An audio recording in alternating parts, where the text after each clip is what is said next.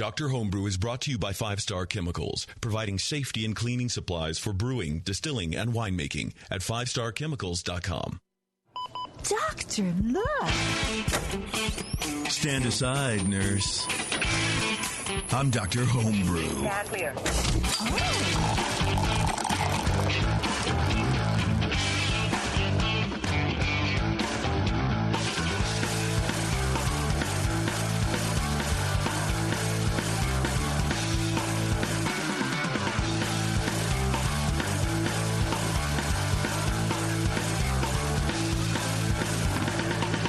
Welcome, everybody. It's Dr. Homebrew. Here we are, the second show for August in the year of our Lord, 2018. Oh, Lord.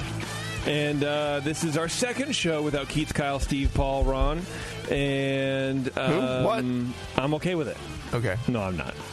I mean, I'm fine with it. It's fine. But as replacements, we're going to be alternating, if you haven't heard the other show. I'm a replacement. I'm a replacement. Hey, we're the replacement. I hate the replacements. We're going to have Brian Schar, Esquire, and Miss Nicole Erny, not Esquire, I guess. Do you read Esquire magazine? And that's the same thing. MCNE over here. Oh, hell yeah. And then, of course, we're going to have our friend Matt Sager in every once in a while, but he was too good to show up tonight, so... I'm still Brian. and still Brian. Always Brian. Always Brian's and here. still Brian. Hello? Brian. Here. What are we doing? Brian's still here. This show, too many Brians. This show today is brought to you by 5 Star Chemicals. You can go to 5starchemicals.com to learn about the best ways to clean and sanitize your home brewing equipment.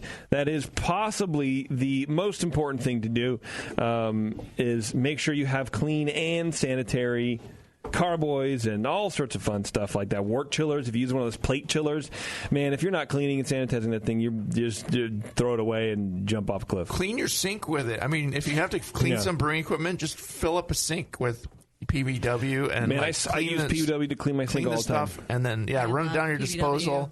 So good. It's great. Yeah. I do my silverware like once a year. You know? Yeah. Oh, really? Oh, yeah. Stainless steel. But. Time to clean the silver.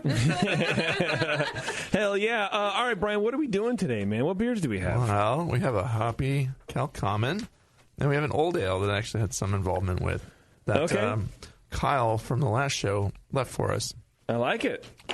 I like it. It's interesting because it's a barrel project beer, and I've never tasted the non-barrel version of it. So this is his beer that he put into the barrel with 60 gallons, all together in a port barrel. So everyone brewed a little bit, and then this is his contribution to the blend. Yeah, and he saved some bottles. I'm like, oh man, I should have done that. That would have been a fun idea. That would have been good times. No, I put it all in. Right. Okay. Well, why don't we go ahead since we have no real guest? Let's start drinking a beer. Guest. Which one? Let's drink a beer. Which one are we going to drink right now? I think we should start with the Cal Common. Would you mind pouring me some, whoever has any? Yes. Thank you, Brian. Brian has a whole growler full of it. Okay, who wants to start off with the Cal Common while Brian pours me some? While Esquire pours me a beer. Esquire's not judging his own beer, so... Is this your beer, Brian? This is my beer that I brewed. We'll talk about the details later. Okay, sounds good. I passed that to you right over the board. Is that okay? It ended up being just fine. So, I'll go ahead here. All right, go ahead, if that's Brian. okay with you, JP. Oh, I don't care. I worked here for a long time. I feel like I've earned the right to finally once go first here. Right, finally. Aroma-wise, it's got a low kind of base malt and a very faint caramel quality to it, some slight toastiness. I'm getting something kind of sharp in here. Is that a minty hop? I thought it was kind of a minty hop, a little high for the style. And Brian already told us before we judged it that it was a hoppy Cal Common, so I'm looking for that hop to stand out. But honestly, it wasn't like, oh, it's a hop bomb. It's just, covered with hops. It's not insanely out of balance in the hop side of things, but something's poking out of there. I actually get a low, medium low kind of acid aldehyde in there. And it's like Nicole said, that kind of how your breath smells when you are recovering from having drank too much and your body's processing all that shit. Not the Taco Bell. Yeah, not the Taco Bell. The booze part. Taco Bell is good. Yes. So it's just kind of sharp overall. I didn't get any diacetyl or DMS in it, but that aldehyde is kind of poking out there. Appearance-wise, it's a light orangey pale amber color, almost no head at all upon pouring.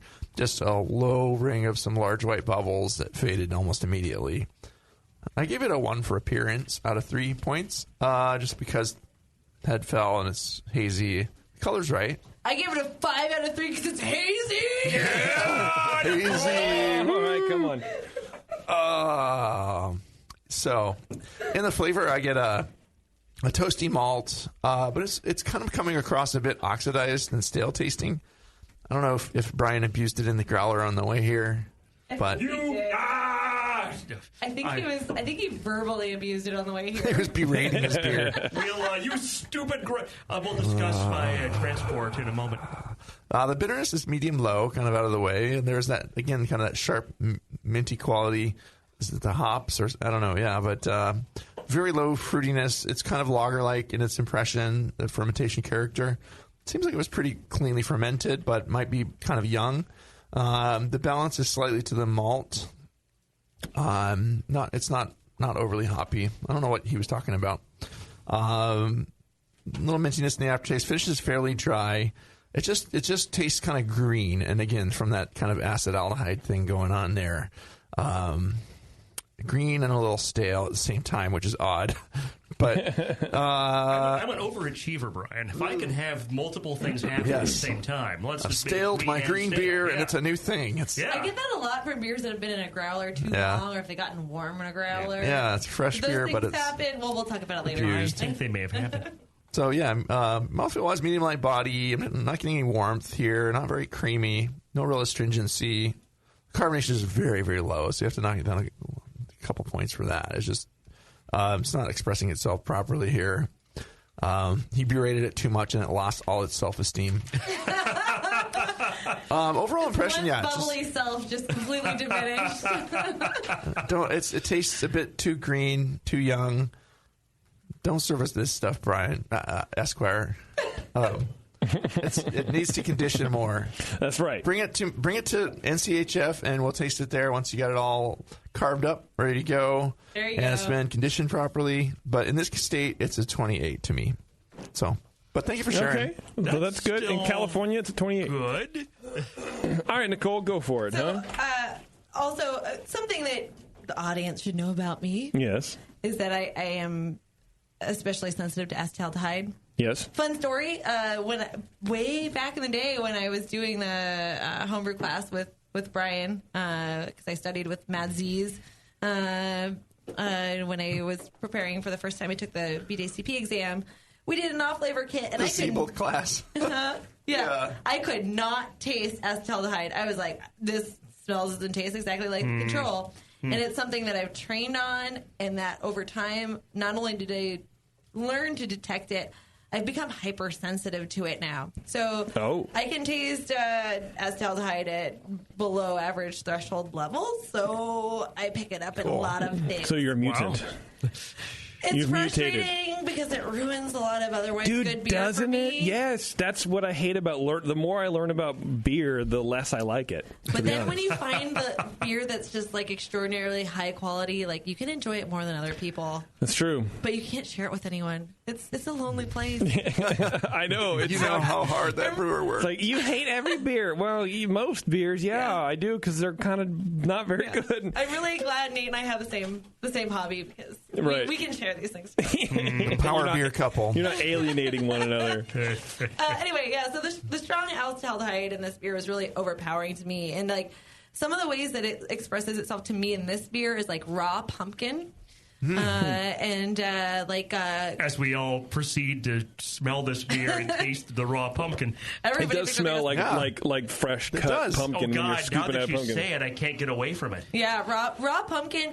That's one of the ways that I learned acetaldehyde, because everyone was like green apple, green apple, green apple. I'm like, this doesn't taste like green apple. And then I finally got it as raw pumpkin one day, and a lot of people get it that way. Yeah, and I would have maybe thought like green cantaloupe also had I originally smelled it, but the pumpkin really puts a pumpkin skin spice on it. Yeah. So pretty much spice. It puts the pumpkin spice on it, yeah. Thank you. It's almost here, JP. It's a PS So close, you can almost taste it. JP is such a white girl. I think Trader Joe's might have some pumpkin spice in the store already. Look, man, I like candy's pumpkin out. flavored food. I like it. I don't do the pumpkin spice latte because I don't have like that much milk in my coffee. But I'll tell you what, I like pumpkin foods. Spice. I don't give a shit. Pumpkin flavored Cheerios. Hell yeah, let's go. You're so basic. So anyway, that pumpkin flavor, it's pretty. You said raw cantaloupe, like cantaloupe, or even like cucumber. Any underripe fruit is gonna have acetaldehyde. Okay. I was made very upset. Avocado is one of my favorite foods, and someone pointed out to me that underripe avocados have a lot of acetaldehyde. And now I can't eat underripe avocados anymore. Oh my God! Now that I think about that, raw pumpkin and that kind of really hard avocado, they're really kind of similar. I had never made the association, and so I was kind of just immune from it in that context. Knowledge and is power, Nicole. Yeah, or like I'm the pickiest person about avocados you've ever met. Nicole is blowing my mind right now and laying down some knowledge. This is pretty crazy. 20 minutes in the store to pick one avocado. And sometimes I still fail. That's my wife, dude, for sure. I must slice it immediately. So underripe fruits in general, and so when they say green apple when they're talking about acetaldehyde, they're not talking about a Pippin or a Granny Smith that's in its ripe stage. They're talking about an underripe apple, so I compare it to crab apple, or even a cider apple. Like something right. Even something that's not like the green Jolly Rancher flavor. But more the just green as in unripe. Yeah. Exactly. So this beer for me, that aroma is so intense that it kind of masks other flavors for me, and it's hard to pick out other things. But it's not, it's not gag level acetaldehyde for me, which is pretty low still. Ooh, not gag level, yeah! So I can actually still taste some other things in the beer. The malt flavors, there was this kind of like rustic bread, this kind of multigrain bread kind of flavor, which for me, like, I think of Calicommon as being this rustic style of like, it's the Wild West, it's this. Like not a rounded, mellowed beer. It kind of has a little rough edges, maybe a little bit. This is like the oldest traditional American beer style, pretty much. You can fight me on that. There's not a lot of documentation on things. Maybe cream ale, but like Calicommon is so uniquely American, and I like an unctuous kind of rustic quality. I don't want it to be too pretty or too clean. So I like that rustic bready character, like rye Vita crackers. The hop aroma is like that earthy and minty. It kind of goes to like a pennyroyal. If you've ever smelled that kind of mint, has that kind of like dusty hay and mint kind of combined. I did get a slight vegetal character. It might have been from the intensity of the hops. And then, probably all that pumpkin. Yeah. Well, separately, I fermented it into a pumpkin. That's true. I did also give it a 2 out of 3 on appearance because of the haze, even though, No, I gave it a 1 on appearance. Yeah. Okay. Even despite my 5 out of 3 joke for the haze, for all the haze bros out there, for God the bros. bless you. Yeah. Haze bros. Hazy means it tastes good. Yeah. Let's see. I think I talked about the flavor already. Although once I sipped the beer, this other kind of character came out. I was getting kind of like a. Do you know what slippery elm tastes like? I don't even know what slippery elm is. It's like a common cough drop thing. You could be making stuff up at this point. I have no idea. Pennyroyal and slippery elm. I feel like she's casting a spell on us. It's very Wiccan of you. Yeah. The solstice is coming, fuckers. Get ready. I rarely go out and lick a tree in the woods, but when I do, it's a slippery elm. Slippery elm is actually a really interesting flavor that you will taste again in beer. So if you don't know what it tastes like, go out, buy yourself some Fisherman's Friends lozenges, and that is predominantly slippery elm. Really? Yeah, it's kind of this like weird, like marshmallowy and woodsy. Hard to describe, but I got that in this beer, and I liked that about it. It kind of like played into those other flavors. medium light body, very, very low carbonation. That really brought this beer down a lot, was the lack of carbonation. Yeah. It even brought the tone in my voice down. Just to emphasize. Yeah. Let's see. So I think that kind of sums up my thoughts on the beer. Interesting. Definitely needed a little bit more TLC in the wrap up of fermentation. But it's not a total train wreck. Woohoo! What did you score it? I scored it 26. It's good. It's still in the good range. Score. See, there you go. All right, Brian. Let's talk about this recipe for a little bit. Yeah, let's definitely talk about this. So my club, the Words of Wisdom, wordsofwisdom.org, Silicon Valley's homebrew club. We do so visit our website, and if you're local, and come to a meeting. We do a club comp every year called Broken Hydrometer. Okay. And we do different kind of fun things. And this year we had 2 big wooden dice, and we had to roll the dice. And that was the percentage of Admiral Malting's Kilned Caramel 35 you had to use in your recipe. Huh. That's kind of fun. It's super fun. Yeah. So I ended up I wouldn't go super fun. It's kind of fun. It's funny. Fun-ish. Yeah, Fun adjacent. Fun. Right. Yeah. So I decided I had a 16% Admiral Malting's caramel. Okay. So I thought, well, why not do a Cal Common? So my recipe is 16 pounds pale malt, 3 pounds kilned caramel 35. Being a California Common, primarily Northern Brewer hops, 2 ounces at 60 minutes, 3 ounces at 15, 3 ounces at flame out. I also used 2 ounces of Pecco. What is Pecco? Pecco is some stuff I found from the Yakima Hops webpage. I wanted to do something different, and I had never used it before. And I thought, well, it's a hop. It's a hop. Okay. Yeah, it's a pretty cool hop. Okay. And I feel like you're not like Nicole now. You're just making a bunch of weird stuff up. You're like making up herbs and weird shit up now. I used Pecco and gluten face and fire flower and all kinds of. It was crazy, man. Was it the slippery Pecco or the non-slippery? It was the slippery Pecco, and I used the whole. No, these were all pellet hops. P-E-K-K-O. P-E-K-K-O. You used the whole tube of it? Because the description was similar to Northern Brewer, and I thought, well, it'll be fun to try. So I used 2 ounces of Pecco at 10 minutes for flavor. My yeast was White Labs 810, the Cal Common. I was lazy, as we discussed in the previous episode.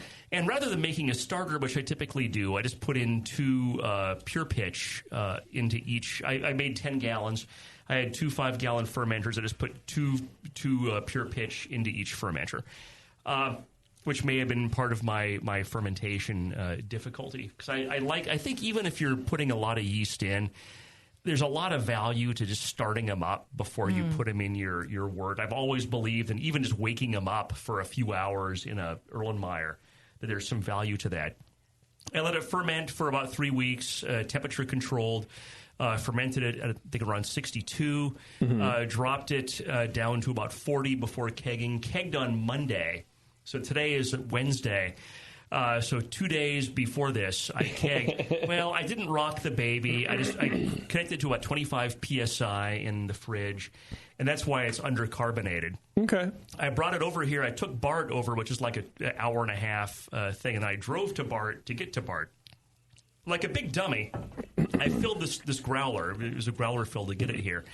I left about a 3-inch headspace in here rather than wait, because I was 4 o'clock. I was rushing to get out the door and get some stuff together and get here. Rather than letting the head dissipate and like filling it up more and minimizing headspace, I'm like, no, I'm fine. I got like 3 inches. You'll be fine. It'll be great. I've done the same thing. I know. I thought you just drank some on the way over. Oh God, I should have, but no, I wouldn't drink out of the bottle I'm going to pour to you. I'm not a barbarian. Come on, you're a human being. You're a Bartbarian. Bartbarian.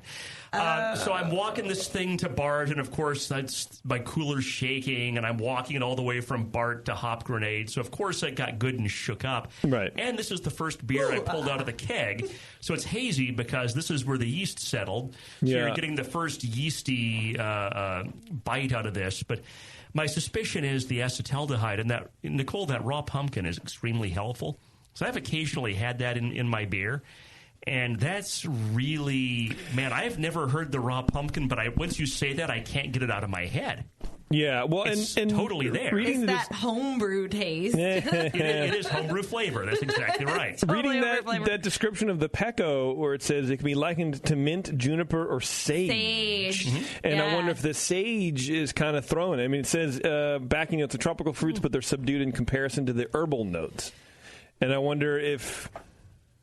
I don't know. I don't know why I'm wondering. I know. I had 3 ounces of Northern Brewer. Pennyroyal kind of thing. That kind of similar. Okay. Yeah. I mean, I had 3 ounces of Northern Brewer right up 5 minutes beforehand, and there's so much Northern Brewer in here. I gotta believe that. I mean, it's possible. I've not used Pecco before. I've got to believe that this is more of a fermentation issue from not having a starter. Oh, yeah. Than from having some weird sage aspect of Pecco. I wonder how it's going to be with the carbonation. I mean, because we know that adds a lot to the beer, but I wonder if it would drive off some of that pumpkin thing. The acetaldehyde is coming from the cell count not being high enough going into the beer. And you can... sadly, you can also get it from over pitching, but more unlikely. Like usually in homebrew, it's from inadequate cell count going into the beer, and the yeast just don't do the job all the way. Acetaldehyde is a precursor to ethanol, so it's the last stop before ethanol, and yeast don't necessarily get that much out of converting it. So if it doesn't have to, it's not gonna.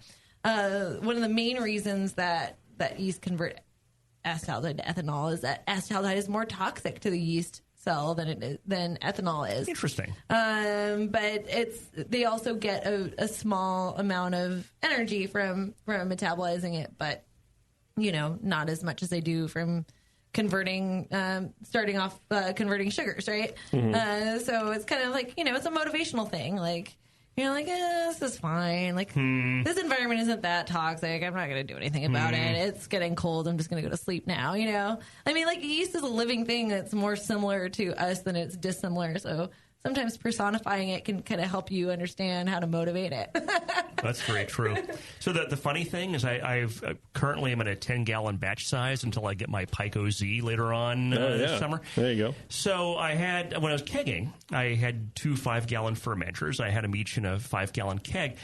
And I had an older keg with a rubber ring was kind of loose. So I'm lifting it up, straight up. I'm looking down on it, lifting it up.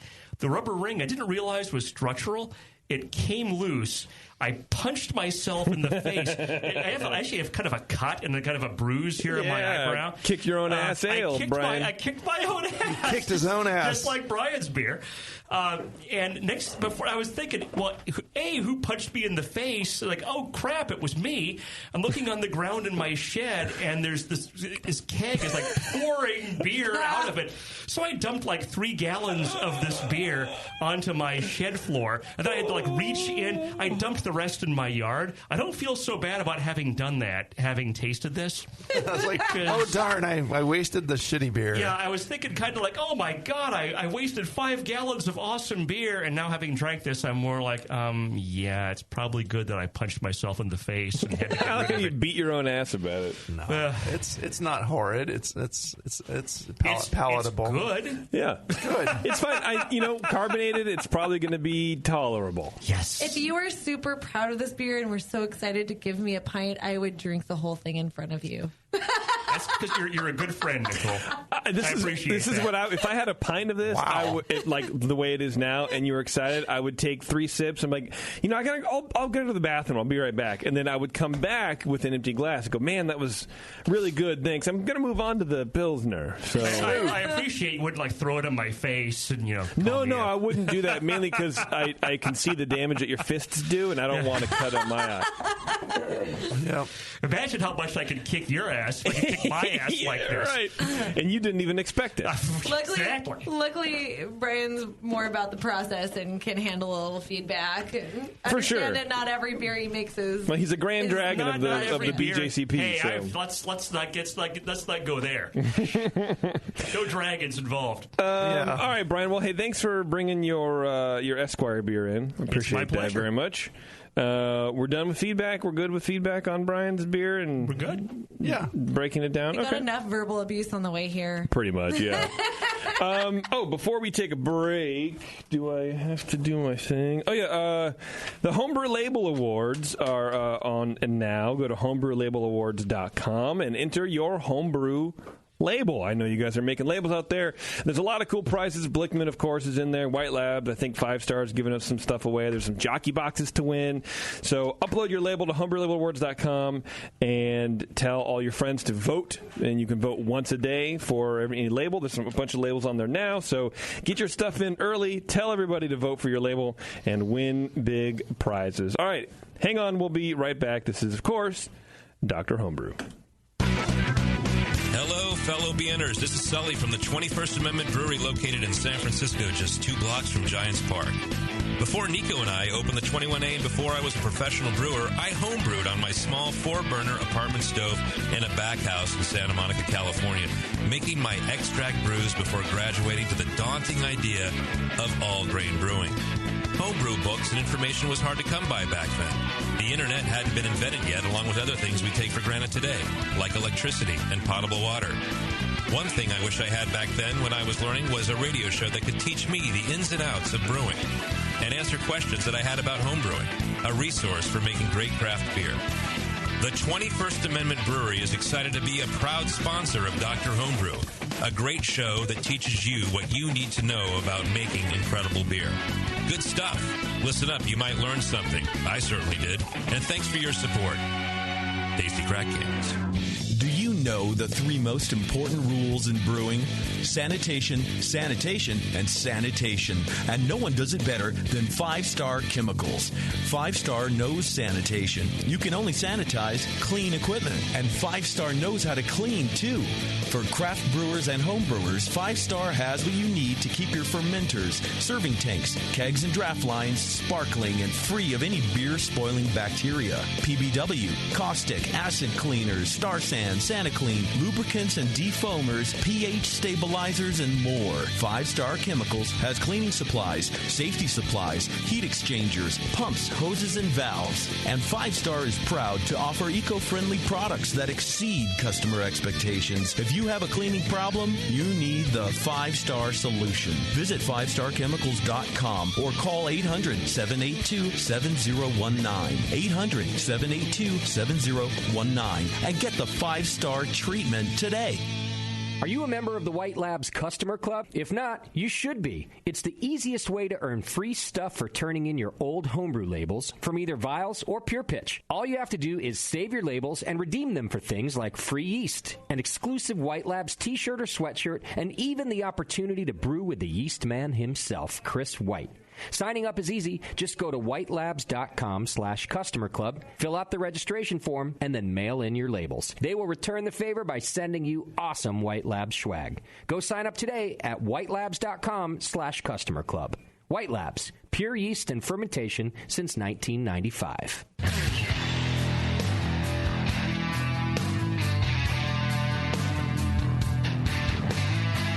Now, back to the examination.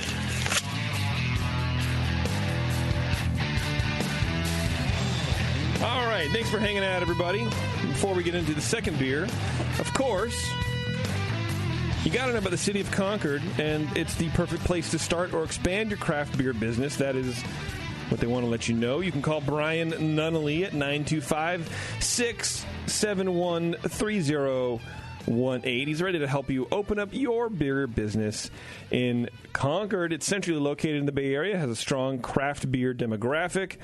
The historic downtown is experiencing a boom with new businesses opening and a new apartment development in the pipeline. Located off major freeways, perfect for large-scale brewery operations, or, you know what, beer bars, dude. Who cares? Let's go. Or idiots doing podcasts in the back room of a bar. Well, that is definitely what bars need less of, because it's, stinky, sweaty rooms with one fan that's spinning at top speed, but somehow there's no wind in here. Well, because I feel like they just need to reverse the fan. Oh, it's like blowing Isn't there a switch Yeah. for doing that? There I is. think there is, yeah. Look at Brian. Look at Esquire over here. Great Fucking combo. master electrician.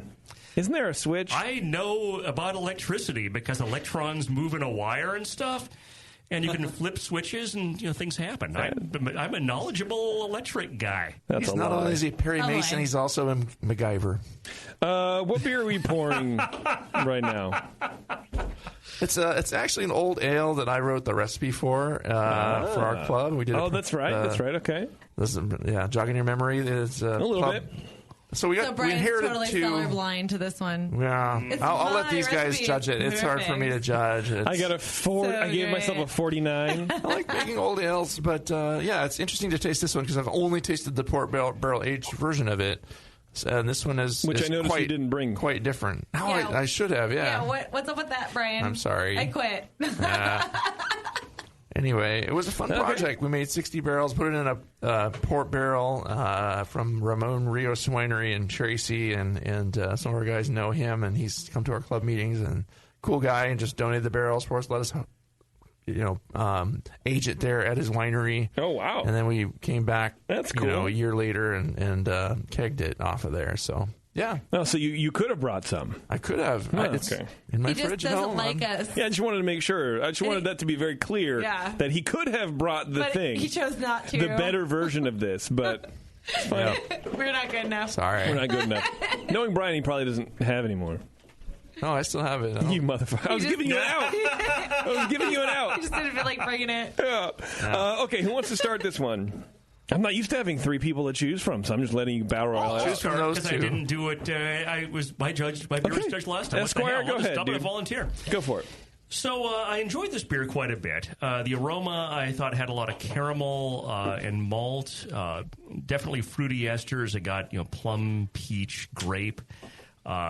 No apparent hop aroma, which is okay for style. Old ale is more about the malt and the fruitiness and the sherry care. Didn't get the classic sherry. Having said that, it is largely, to my mind, kind of a classic old ale aroma with fruit and malt. Beer is very clear, medium to light brown. There's a thick head, tan color, medium-sized bubbles, and settled quickly. I gave it a 3 out of 3. The bubble consistency, I thought, was pretty high. There were kind of large bubbles on this one. Large bubbles, boys. Let's go. Only large bubbles. Only large bubbles.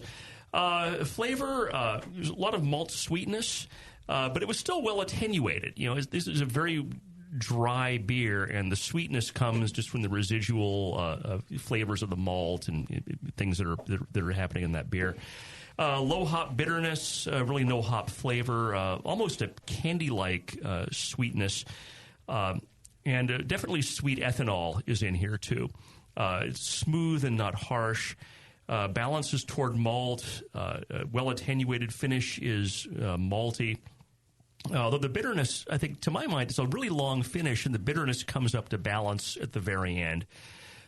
This is definitely a long finish. There is some cardboard oxidation in this. I didn't get that up front, and I came back and kind of revisited that here a few moments ago with a warmer sample, and it's definitely more cardboard. Mouthfeel is, we give it a 12 for flavor. Mouthfeel, definite alcohol warming. High carbonation, but I think it was more perky than creamy.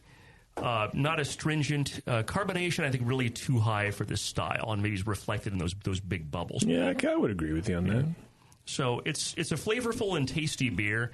I mean, to me, one of the primary problems with this is the carbonic bite from the carbonation. It's probably about 50% more carbonated than it should be. This is a style that's supposed to be a low to moderate carbonation. It's one of the...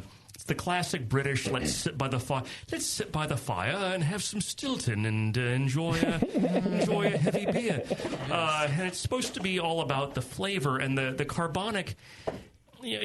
you need to have some carbonation to lift it off your tongue and let you taste it, but this is so highly carbonated. Yeah, it's bitter and kind of acrid, and that's to me the biggest problem with that. Belgian level of carbonation. Yeah, I agree. Yeah, for sure. 3.5 volumes, probably. Yeah, I agree.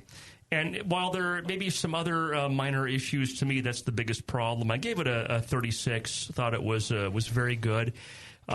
At this point, I'm not sure what you can do with it other than if you've kegged it, vent it a few times and let some of the carbonation out, or if you've bottled it, I guess you could go to the trouble of uncapping it, risking oxidation, letting it sit for a little while, then recapping, but that's fraught with peril. But still, I mean, this is a very good beer with some carbonation issues. Okay. What did you give it? 36. 36. All right. I should mention, too, that this is Kyle's beer from the last show. Yes. He was smart enough. He needed 5 gallons to donate to the club to get his keg back out of it. Yeah. But he brewed a 7.5 gallon batch so that he could taste the original versus the barrel aged version later. That is smart. Yeah. All right, Nicole, go ahead, please, ma'am. Which we can't do because I don't have the barrel aged here. Yeah, thanks, Brian. Come to my garage later, though. Oh, that sounds great. I'll never come back. I'll end up in your sour beer project. No, meat and beer never work out. Meat's a bad choice. So, segueing from that, good luck. The aroma of this beer was so intensely black cherry-like from the combination of esters that are present and the malts that are present that I had to ask us, like, wait, is there fruit in this beer? Like, if it's the aroma, especially when you smell it from far away, is so overtly black cherry, which I really love in an old ale. Like, that's one of my favorite aspects of the style is when you get that intense cherry-like aroma, and then also when you get that like aspirin-like bitterness, and that's like the best version of this style for me. There's like pleasant esters combining with malt flavors that are like toasty, treacle, and a little bit nutty. And then a little bit of a woodsy character, maybe from some hops or just maybe from the combination of things going on. I did get a little bit of faint solventy character, like a little bit of not really like ethyl acetate, more like fusel alcohols, and a very faint sulfur character, but nothing that was too distracting. The beer appearance is hazy. It's a hazy light brown. That was a little bit of a turnoff. It's not pretty looking. I mean, old ales usually aren't like the most is this gorgeous brown? color. I would call it more of a light brown. dark amber, like copper, maybe. It's like Advil brown. I don't know. Yeah. Dark amber, light brown. Yeah. I mean, 6 and 1, half a dozen together, right? But the cloudiness is high, and I don't really associate that with this style. I kind of would like to see a little bit more clarity. Maybe not brilliant, but the intense cherry flavor continues into the flavor as well, not just the aroma. Although, especially once you get the beer in your mouth, you realize that like a lot of the what might have been the more interesting malt aromas are kind of all trending towards like honey cake, fruit cake, the things that I like to refer to as brown goo, which a lot of like high alcohol, rich beers, like, various ones, barley wines, old ales, even some Belgian dark strong ales. Like, when they reach a certain level of age, they all just are on this like trajectory, and the end of that trajectory is brown goo, like just like there's a muddy thing of flavors that are all kind of, you can't really distinguish one from the other. Exactly. Okay. Like, it doesn't taste bad, but there's also nothing distinguishably special about it. Like it's like honey, dates. Does that just happen over the lifetime of the beer, or is that a recipe issue that you can sort of plan for? No, or it's just the kind way of these malts oxidize. You know, that's just where these beers end up. That's why when people are like, "Ooh, I have this like 10-year-old barley wine," I'm like, "That's cool. I kind of already know what that tastes like." Yes, right. Yeah, man. I did a flight of like Bigfoot, and I just happened to have. That's right, and it was like, oh. The best Bigfoot was 3 years old, 2 years old, 2015. It was like anything earlier than that's kind of all tasting. Oh, thank God. I had to leave before you got too deep into that, so I don't feel so bad. It wasn't Every amazing. once in a while, something will surprise you. So it's always worth saving that bottle and seeing what it tastes like. Sure. Because every once in a while. Purely academic reasons, like, okay, like one bottle, but you don't need to sit on a fucking pack or whatever. But 99 times out of 100, brown goo. Yeah. Brown goo. I got you. I got you. That's a trademark, by the way. Brown goo.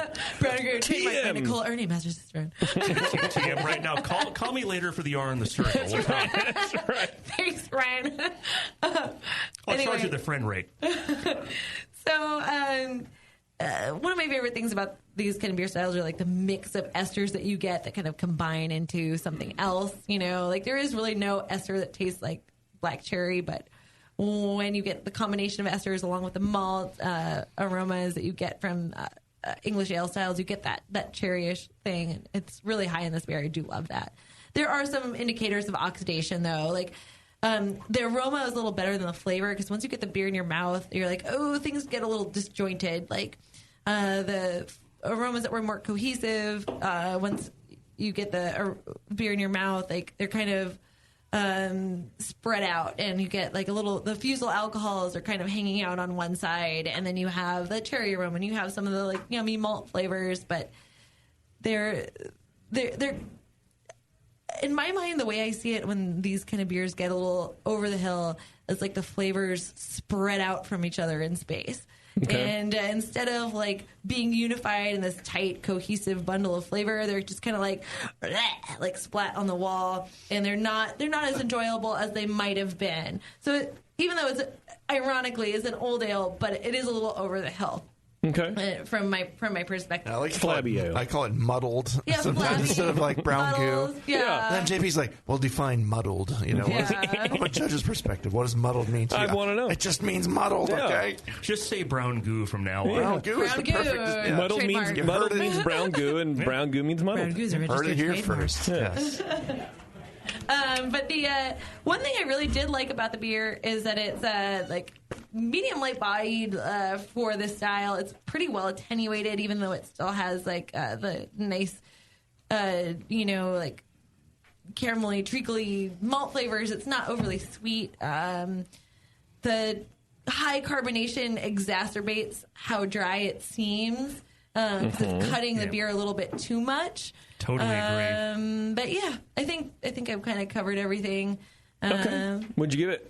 I gave it a score of 33. All right. I did enjoy the beer. Good job. Brian, do you want to comment on anything?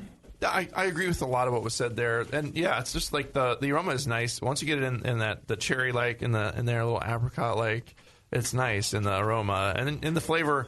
I think part of the problem is, too, that high carbonation just starts pushing things out sideways, and it's like just driving it really hard. It kind of prickles at first in your mouth. And it should be a nice, if it was a little less carbonated, that toffee-like would be maybe a little more enjoyable. How is the flavors that you're tasting in here translate to the finished beer? I know it was a blend and in a port barrel, but the port barrel has gone help us imagine. a little.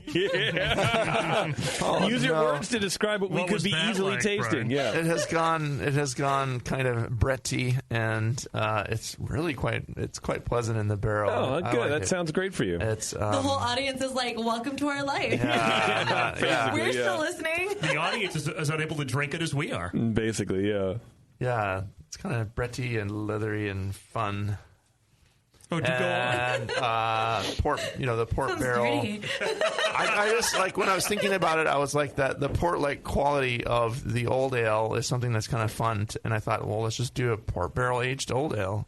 And it was a pretty nice port too. We had some of the port when we were brewing it. It was like, oh, cool, And it has. What I miss in this beer is that it does need more of that sherry-like character and the aged character, and that barrel just does it. Like I think old ale kind of needs some wood. Yeah, and this doesn't have that. Well, what doesn't need some wood? Metal. No comment.